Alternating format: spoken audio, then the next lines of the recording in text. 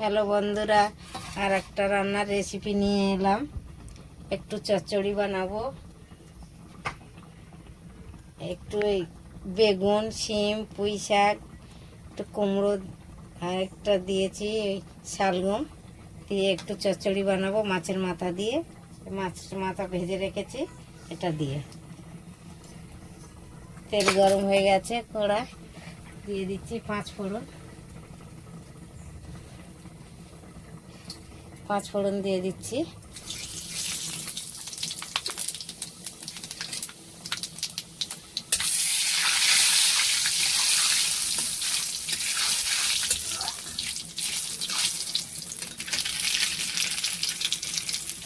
কুচানো পেঁয়াজটা দিয়ে দিচ্ছি, পেঁয়াজ কুচিয়ে রেখেছি এটা দিয়ে দিচ্ছি।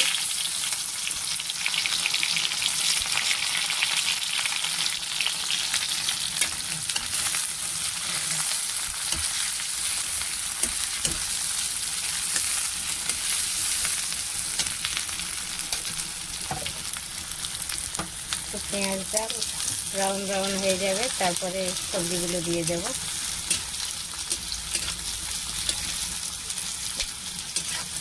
পেঁয়াজটা ভাজা ভাজা হয়ে গেছে, এবার সবজিগুলো দিয়ে দিচ্ছি।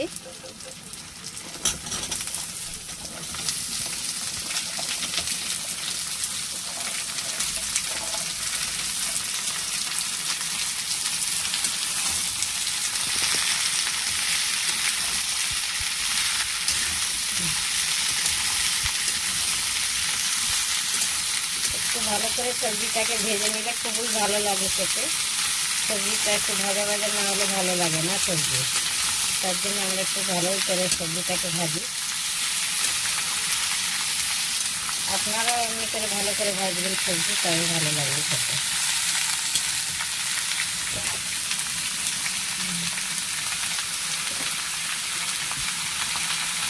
পরিমাণে নুন দিয়ে দিচ্ছি।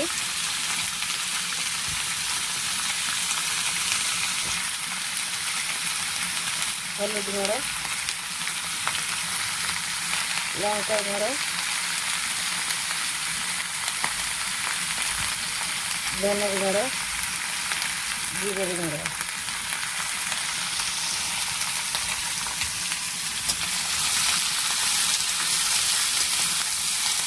ভালো করে এরপরে ঢেকে দেবো। ওটা থেকে সবজি থেকে জল ছাড়বে, পরে একটু সামান্য জল দেবো।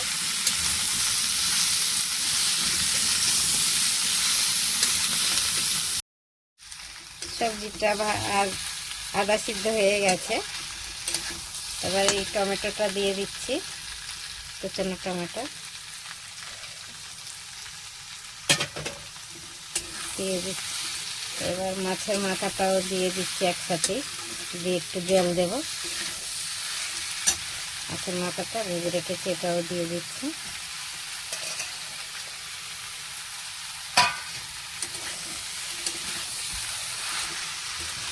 নেড়ে একটু জল দিয়ে দেব।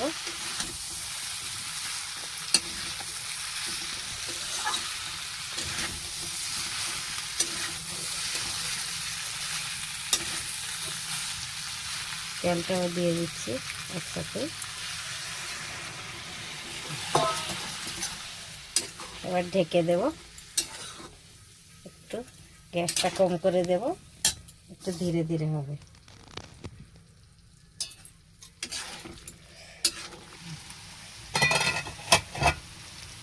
হ্যালো বন্ধুরা, আমার ভাজা হয়ে গেছে চচ্চড়ি, খুব সুন্দর হয়েছে। এখন সব রকম দিয়ে বানিয়েছি, খেতেও খুব সুন্দর লাগবে। আপনারাও এমনি করে বানিয়ে খাবেন, খুবই ভালো লাগবে। ভালো লাগলে লাইক, কমেন্ট, শেয়ার করবেন, জরুর করবেন। কোনো ভুল হলে কমেন্ট করে জানাবেন। Thank you.